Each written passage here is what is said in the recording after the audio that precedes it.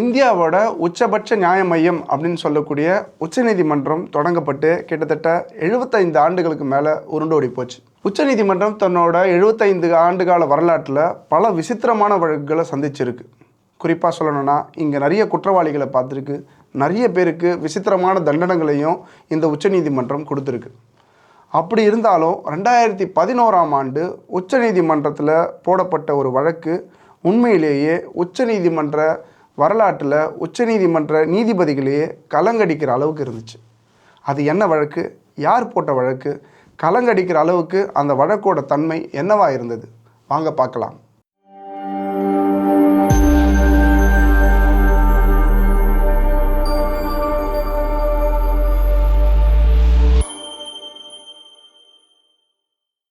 இந்திய தண்டனை சட்டம் பிரிவு 309, அதாவது செக்ஷன் 309 எதை பற்றி சொல்லுது அப்படின்னு பார்த்தீங்கன்னா, ஒரு தனிநபர் தற்கொலைக்கு முயற்சிக்கலாமா, அப்படி முயற்சித்தா அது தண்டனைக்குரிய குற்றமா அப்படின்ற விஷயங்களை நமக்கு எடுத்து சொல்லுது.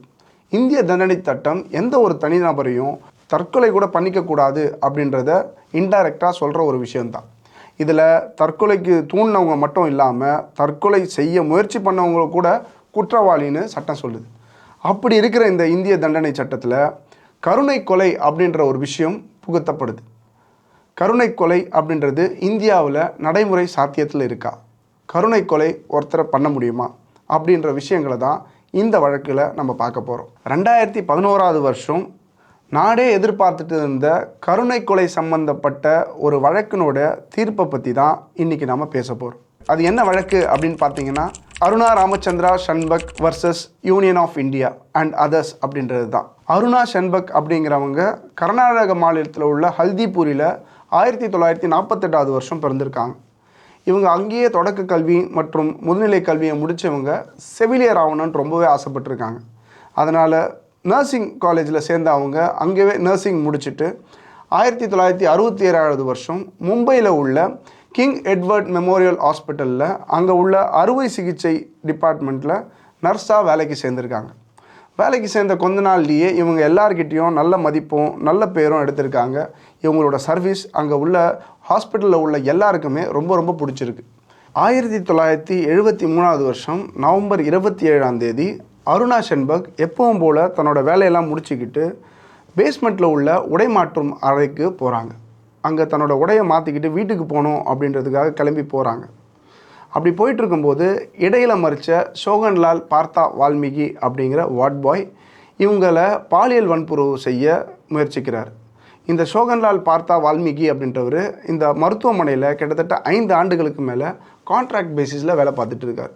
ஷோகன்லாலோட பிரதான வேலை அப்படின்னு பார்த்தீங்கன்னா, அந்த ஹாஸ்பிட்டலில் உள்ள நாய்களை பராமரிக்கிறதும் அந்த நாய்களுக்கு சாப்பாடு போடுறதும் தான்.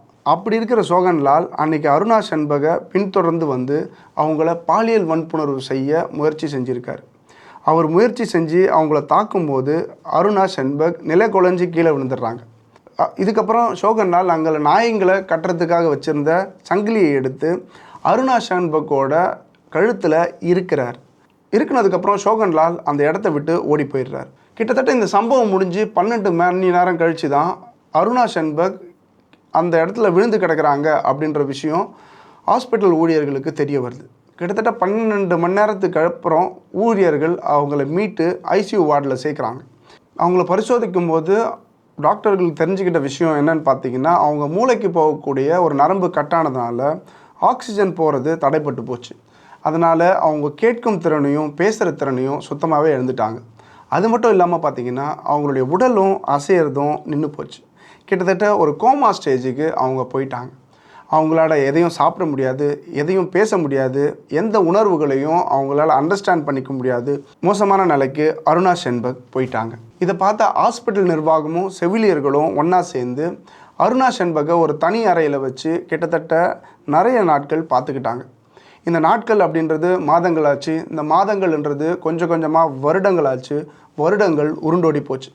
கிட்டத்தட்ட 36 வருடங்கள் இந்த ஹாஸ்பிட்டல் மேனேஜ்மெண்ட், டீன் மற்றும் இந்த செவிலியர்கள் எல்லாமே சேர்ந்து அருணா ஷன்பக்கை ரொம்பவே நல்லா பார்த்துக்கிட்டாங்க.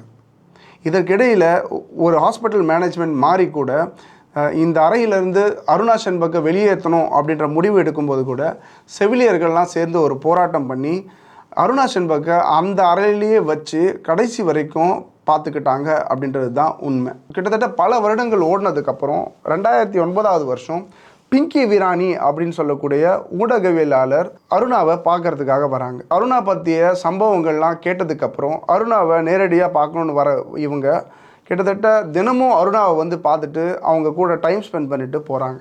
2009 வருஷம் அருணாவை பார்க்க வந்த விக்கி இரானி தொடர்ச்சியாக 3 வருடங்கள் அருணாவை ஹாஸ்பிட்டலில் வந்து சந்திச்சிருக்காங்க. அருணா ஸ்டோரி அப்படிங்கிற புக்கை எழுதுனதுக்கு அப்புறம் கூட இவங்க தொடர்ச்சியாக அருணாவை டெய்லி வந்து சந்திச்சிருக்காங்க. அருணாவுக்கு தேவையான நிறைய உதவிகளை பண்ணியிருக்காங்க. இப்படி பண்ண இவங்களுக்கு ஒரு கட்டத்தில் அருணா மேலே ரொம்பவே பரிதாபமும் இரக்கமும் ஜாஸ்தியாகுது. இதனுடைய வெளிப்பாடாக தான் அவங்க 2011 வருஷம் உச்சநீதிமன்றத்தில் ஒரு கருணை மனுவை தாக்கல் செய்கிறாங்க. அருணா சென்பகோட நெருங்கிய நண்பராக இருந்துகிட்ருக்கேன், நான் தினமும் அவங்கள வந்து பார்க்குறேன், அவங்க படுற கஷ்டங்கள் துன்பங்கள் எல்லாமே நான் நேரடியாக பார்த்துட்ருக்கேன். கோர்ட்டே முன் வந்து இவங்களை கருணை கொலை செஞ்சுடணும். இவங்க கிட்டத்தட்ட 36 வருஷத்துக்கு மேலே இந்த நரக வேதனையை அனுபவிச்சுட்டு இருக்காங்க. அதனால் கணம் கோட்டார் அவர்கள் கட்டாயம் இந்த வழக்கை எடுத்துக்கிட்டு ஒரு நல்ல முடிவை அருணா சென்பகு கொடுக்கணும். அவங்களோட மரணம் ரொம்ப அமைதியாகவும் நல்லபடியாகவும் நடக்கணும் அப்படின்னு சொல்லிட்டு கோர்ட்டுக்கு ஒரு மனுவை சமர்ப்பிக்கிறாங்க. இந்த வழக்கை விசாரணைக்காக எடுத்துக்கிட்ட நீதிபதிகள் மார்க்கண்டேய கட்சு மற்றும் கியான் சுதா மிஸ்ரா அருணாவோட உண்மையான நிலவரம் என்ன அப்படின்றது குறித்து ஆராயணுன்றதுக்காக 3 பேர் கொண்ட மருத்துவ குழுவை நியமித்து உடனடியாக ஹாஸ்பிட்டலுக்கு அனுப்பிச்சி வைக்கிறாங்க. அப்படி போன மருத்துவ குழு அவங்கள தீர ஆராய்ஞ்சு அவங்க உடல்நிலையை பரிசோதித்து நீதிபதிகளுக்கு ஒரு ரிப்போர்ட்டை சமர்ப்பிக்கிறாங்க. அந்த ரிப்போர்ட்டில் உண்மையிலேயே அருணா ரொம்ப மோசமான நிலையில் இருக்கிறதாகவும் அவங்கள உடல் பாகங்கள் எல்லாமே பலவீனப்பட்டு போயிருக்கு அப்படின்ற விஷயத்தையும் அதில் பதிவு பண்ணியிருக்காங்க. அது மட்டும் இல்லாமல் அவங்களால எந்த ஒரு விஷயத்தையோ பார்க்கவோ இல்லை கேட்கவோ கூடிய செவித்திறன் இல்லை அப்படின்ற விஷயத்த மருத்துவ குழு பதிவு செஞ்சாலும் அவங்களால அசைவுகளை வச்சு ஒரு சில உணர்வுகளை கண்டுபிடிக்க முடியுது அப்படின்ற விஷயங்களை கோர்ட்டுக்கு முன்மொழிகிறாங்க. இதெல்லாம் தாண்டி அந்த மருத்துவ குழு ஒரு விஷயத்தை பரிந்துரைக்கிறாங்க. அது என்னன்னு பார்த்தீங்கன்னா, இந்த மாதிரியான மோசமான நிலைமையில் இருந்தாலும் இந்த பேஷண்ட்டை எந்த வகையிலும் கருணை கொலை செய்ய நீதிமன்றம் ஒத்துக்கக்கூடாது அப்படின்ற விஷயத்தை இந்த மருத்துவ குழு பரிந்துரைக்குது.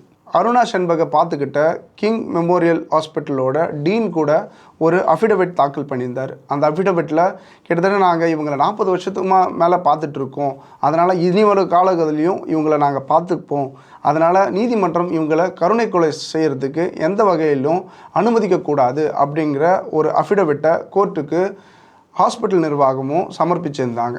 எல்லா தரப்பு வாதங்களையும் கேட்ட சுப்ரீம் கோர்ட் நீதிபதிகள் ஒரு முடிவுக்கு வந்தாங்க. அதாவது அவங்களோட தீர்ப்பை சொல்கிறதுக்கு முன்னாடி நிறைய எக்ஸ்ப்ளனேஷன் மக்களுக்கு அவங்க கொடுத்தாங்க. குறிப்பாக இந்திய தண்டனை சட்டத்தில் கருணை கொலை அப்படின்ற விஷயம் இன்னும் இடம்பெறவே இல்லை அப்படின்ற விஷயத்த அவங்க மக்களுக்கு முன்னாடி எடுத்து சொன்னாங்க. குறிப்பாக இந்த கருணை கொலை அப்படின்ற விஷயம் அமெரிக்கா மற்றும் அயர்லாந்து நாடுகளில் அதிகமாக இருக்குது, அவங்க தான் இதை அதிகமாக பின்பற்றுறாங்க அப்படின்னு சொல்கிறாங்க. அதே மாதிரி இந்த கருணை கொலை 2 விதமாக பார்க்கப்படுது. தன்னைத்தானே மரணத்துக்கு உட்படுத்திக்கிறது அப்படின்ற ஒரு விஷயம். 2வது, இந்த மரண தருவாயில் இருக்கிற ஒரு மனுஷன் அவரால் எதுவுமே பண்ண முடியாது, ஆனால் அவர் இறந்தால் மட்டும்தான் அவருக்கு நிவாரணம் அப்படின்ற வகையில் பக்கத்தில் இருக்கிற மருத்துவரோ இல்லை மருத்துவ ஆலோசனைப்படியோ அவங்களுக்கு மரணத்தை மற்றவங்களால் கொடுக்கறது அப்படின்ற இந்த 2 விஷயந்தான். ஆனால் இந்த 2 விஷயமுமே இந்திய அரசியலமைப்பு சட்டத்தில் எங்கேயுமே குறிப்பிடலை. கருணை கொலைகள் எந்த காலத்துலேயும் ஏற்றுக்கப்பட மாட்டாது அப்படின்ற விஷயத்த நீதிபதிகள் சொல்கிறாங்க. அது மட்டும் இல்லாமல் இதுக்கப்புறம் வர வழக்குகள் எல்லாமே கருணை கொலை சம்மந்தப்பட்டு வந்துச்சு அப்படின்னா அது தொடர்பாக அந்த நபருடைய உறவினர்கள் தான் அந்த வழக்கை வந்து கொண்டு வரணும், குறிப்பாக அவங்க ரெக்கமெண்ட் பண்ணணும். அப்படி ரெக்கமெண்ட் பண்ணாலும் மருத்துவ குழு நேரில் போயிட்டு அந்த பேஷண்ட்டை நேரடியாக பார்த்து அவங்கள ஆய்வுக்குட்படுத்தி அவங்களோட நிலைமையை கோர்ட்டுக்கு எடுத்து சொல்லணும். இதெல்லாம் பார்த்ததுக்கப்புறம் தான் கோர்ட் வந்து ஒரு தீர்வுக்கு வர முடியும் அப்படின்ற விஷயத்த நீதிபதிகள் அன்னைக்கு எடுத்து சொன்னாங்க. அதாவது கருணை மனு, கருணை கொலை இது எல்லாத்தையும் வழங்கக்கூடிய அதிகாரம் கோர்ட்டுக்கு இல்லை. அதனால் இது எல்லாமே ஜனாதிபதிக்கு பரிசீலனைக்கு தான் செல்லும். அப்படி செல்லும் பட்சத்தில் இதுக்கான முடிவை ஜனாதிபதி மட்டும்தான் எடுப்பார். இருந்தாலும் இந்த வழக்கை தைரியமாக எடுத்துகிட்டு வந்து நோய் அப்படின்றது ஒரு மனுஷனை எந்த வகையில் கொல்லாமல் கொல்லும் அப்படின்றத இந்த கோர்ட்டுக்கும் உலகுக்கும் எடுத்து சொல்கிறதுக்கு காரணமாக இருந்த பிங்கி விரானியை இந்த கோர்ட் ரொம்பவே பாராட்டுது அப்படின்ற விஷயத்தையும் நீதிபதிகள் அன்னைக்கு எடுத்து சொன்னாங்க. கடைசியாக இந்த வழக்கை தள்ளுபடி செஞ்சு உச்சநீதிமன்றம் தீர்ப்பு வழங்கிடுச்சு. உச்சநீதிமன்றத்தில் இந்த வழக்கு தள்ளுபடி செய்யப்பட்ட 4 வருஷத்துக்கு அப்புறம், அதாவது 2015 மே 18 அருணா ஷென்பர்க் இறந்துடுறாங்க. இந்த ஹாஸ்பிட்டல் நிர்வாகமும் செவிலியர்களும் சேர்ந்துமே இவங்களோட இறுதி ஊர்வலத்தை நடத்துகிறாங்க. 1970-75 காலகட்டங்களில் பார்த்திங்கன்னா இந்திய தண்டனை சட்டத்தில் பாலியல் குற்றங்களுக்கு அப்படின்னு தனித்தனி பிரிவுகள் இல்லாமல் இருந்துச்சு. அதனால் சோகன்லால் பார்த்தா வால்மீகி கிட்டத்தட்ட ஒரு 7 ஆண்டுகள் மட்டுமே சிறையில் இருந்துட்டு 1980 வருஷம் ஜெயிலேருந்து வெளில வராரு. ஜெயிலேருந்து வெளில வந்த இவருக்கு திருமணமாகி குழந்தைகள் இருக்காங்க. ஒரு மின்சார உதிரி பாகங்கள் தயாரிக்கிற கம்பெனியில் இப்போது வாட்ச்மேனாக வேலை பார்த்துட்டு இருக்காரு. அப்படி வேலை பார்த்துட்டு இருக்க சோகன்லால் பார்த்தா வால்மீகி கிட்ட ஒரு ஊடகவியலாளர் தனியாக பேட்டி எடுக்கிறார். அருணா ஷென்பர்க்கை எதுக்காக நீங்கள் பாலியல் வன்புணர்வு செய்ய முயற்சி பண்ணீங்க, எதுக்காக அவங்கள நீங்கள் தாக்குனீங்க, நீங்கள் அவங்கள தாக்குனதுனால எந்த மாதிரியான விளைவுகள் ஏற்பட்டுருக்கு அப்படின்ற விஷயங்களை கேட்டார். அப்படி கேட்கும்போது சோகன்லால் அவர்கள் சொன்ன பதிலும் ரொம்பவே வியப்பாக இருந்தது. சோகன்லால் சொன்னது என்ன அப்படின்னு பார்த்தீங்கன்னா, அருணா ஷென்பர்க் எப்போவுமே என் மேலே ஒரு வெறுப்பாகவே இருப்பாங்க. குறிப்பாக என்னோட ஜாதி பெயரை சொல்லி அடிக்கடி என்னை திட்டுவாங்க. ஒவ்வொரு தடவையும் என்னை அவங்க திட்டும்போது என்னுடைய ஜாதி பெயரை தான் அவங்க சொல்லுவாங்க.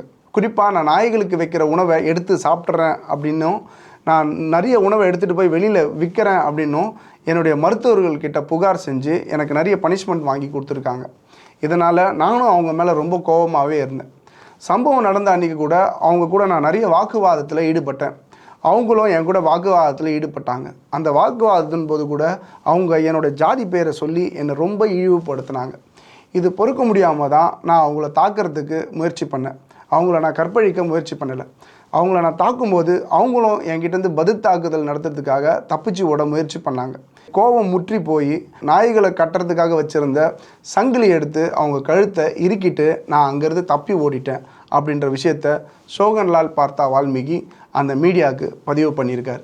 இந்திய அரசியலமைப்பு சட்டம் பார்த்திங்கன்னா நமக்கு நிறைய விஷயங்களை எடுத்து வச்சுருக்கு. குறிப்பாக மனிதனுடைய நல்ல வாழ்வியலுக்காகவும் நம்ம எல்லாருமே சுதந்திரமாகவும் சரிசமமாகவும் மதிக்கப்படணும் அப்படின்றதுக்காக நிறைய கூறுகளை வச்சுருக்கு.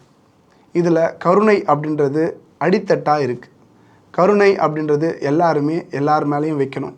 இந்த உலகத்தில் கருணை மட்டும்தான் இருக்கணுமே தவிர கொலைகள் இருக்கக்கூடாது அப்படின்றது தான் இதோட முக்கிய சாராம்சம்.